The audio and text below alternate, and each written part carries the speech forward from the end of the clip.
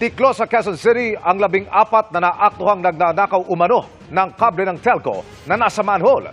Karamihan sa mga suspect dati nang nakulong dahil sa parehong kaso. Nakatutok si Marisol Abduraman. Exclusive. Arestado ang mga suspect na ito matapos maaktuhan ng mga pulis na nagnanakaw ng cable wires ng isang telecommunications company sa Barangay San Roque, Quezon City. Kasunod yan ang sumbong na itinawag sa kanila ng isang concerned citizen. Hinihila po nila yung kable, yung mga kable galing dun sa ilalim ng manhole, galing dun sa kanal, para ilabas at isakay po dito sa truck.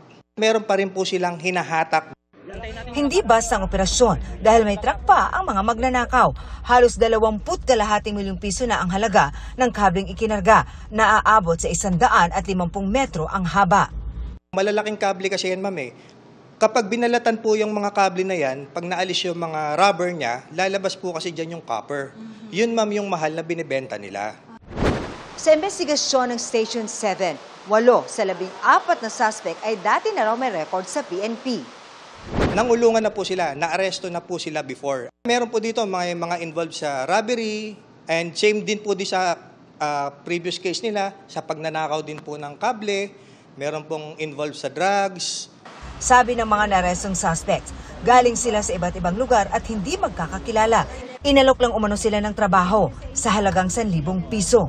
Magtatrabaho lang daw po kami. Anong trabaho daw? Yan nga po yung pagkangkat na yun. Magsasalansan daw po kami ng kalakal. Yun lang po yung sinabi. Kaya sumama po kami.